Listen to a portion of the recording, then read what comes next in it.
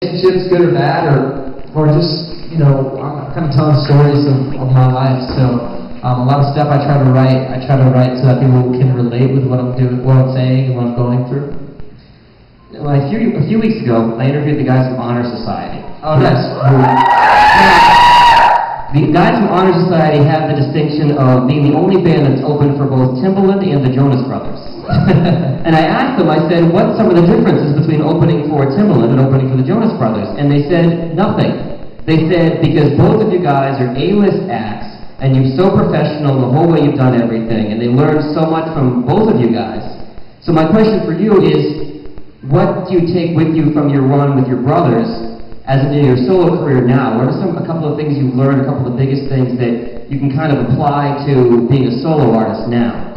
I feel like the biggest thing, I've been able to do 6 years with my brothers, and this is how it started. I used to just go to radio and meet the program directors and meet the people that are playing my music and kind of get to know them on a personal level, and I get to do that again, so I kind of understand what to do and how it works.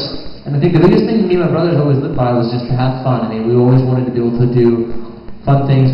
If we had time off, we'd be playing sports, and if we were in a city that we've never been before, we'd go see the city. So I feel like that's a really important thing, and I really enjoy this life, and I'm able to do it on my own now. I didn't realize how many people want to be able to have this career and do this, and I'm lucky enough to be able to do it.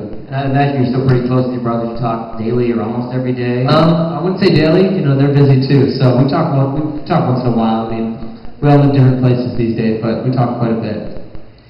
I'm not going to ask you about specific exes, because I wouldn't want somebody asking me about all my exes.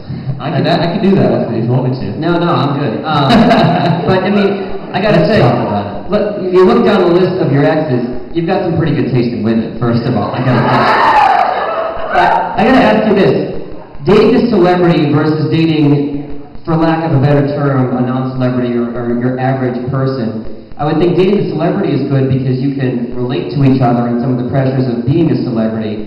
But dating someone who's not a celebrity, you can kind of not have the spotlight on you as much. Have you found over the years that it's easier one way or the other, dating a celebrity versus a non-celebrity? I think it really depends on the person. I feel like I've dated both, so right. I feel like there's no real standard I have on it. I feel like if it's the right person, it'll be the right person. Are you looking down?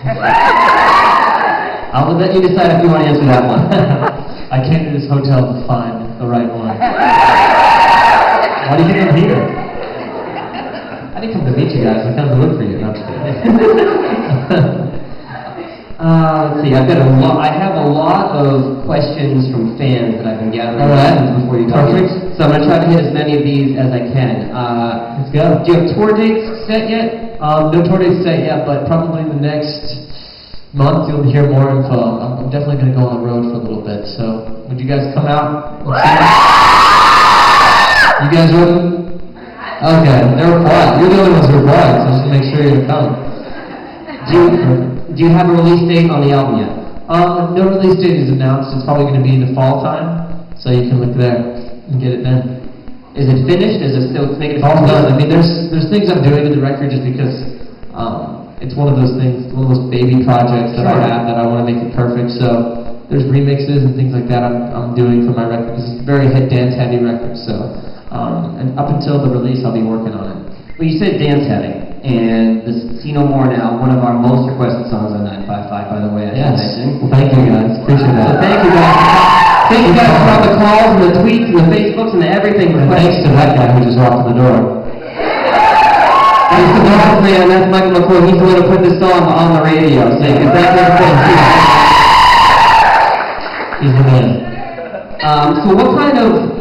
How would you classify yourself as an artist now? You've got a lot of dance stuff on the record, pop, rock, hip-hop, R&B. What would you call yourself? I mean, it's a very eclectic record, I've been inspired by a lot of musicians and writers throughout my career.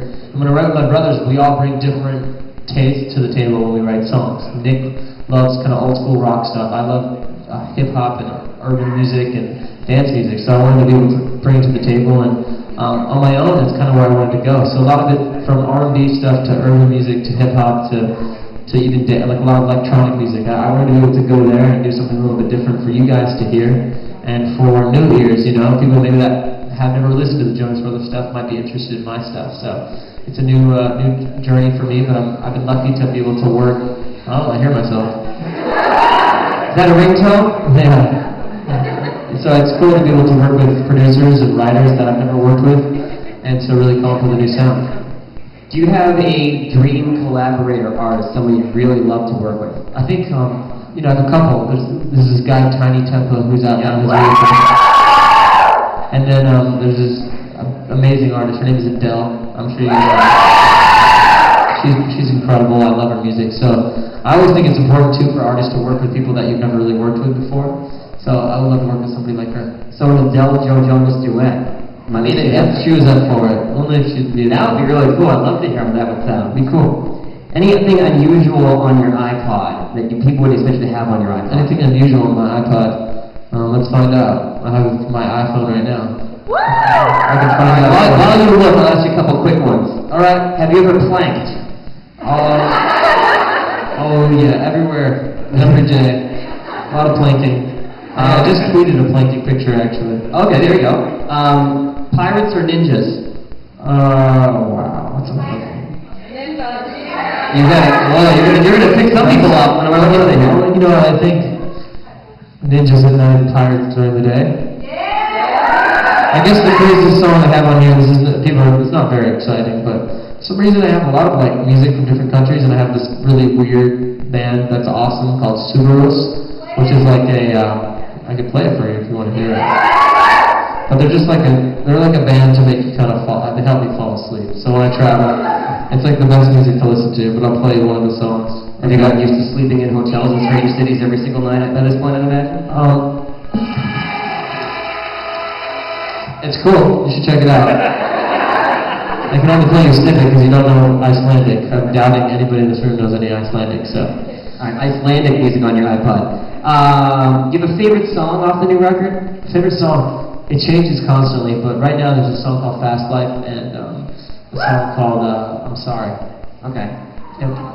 And you said earlier back at the station that a lot of your songs, there might be a personal meaning, but you don't want to reveal that because you feel if you reveal that who a song is about, someone might not be able to identify with it. Exactly. Yeah. I feel like when I write music, I always want you guys, the audience, to relate with what I'm saying. So I kind of shy away from saying who I wrote the songs about or say names in songs, just because for this record in particular, I just wanted to be able to let everybody have their own interpretation of who they're about, or let them relate. Favorite number? Favorite number? Who was the person who asked me that question? I would say, I guess 8.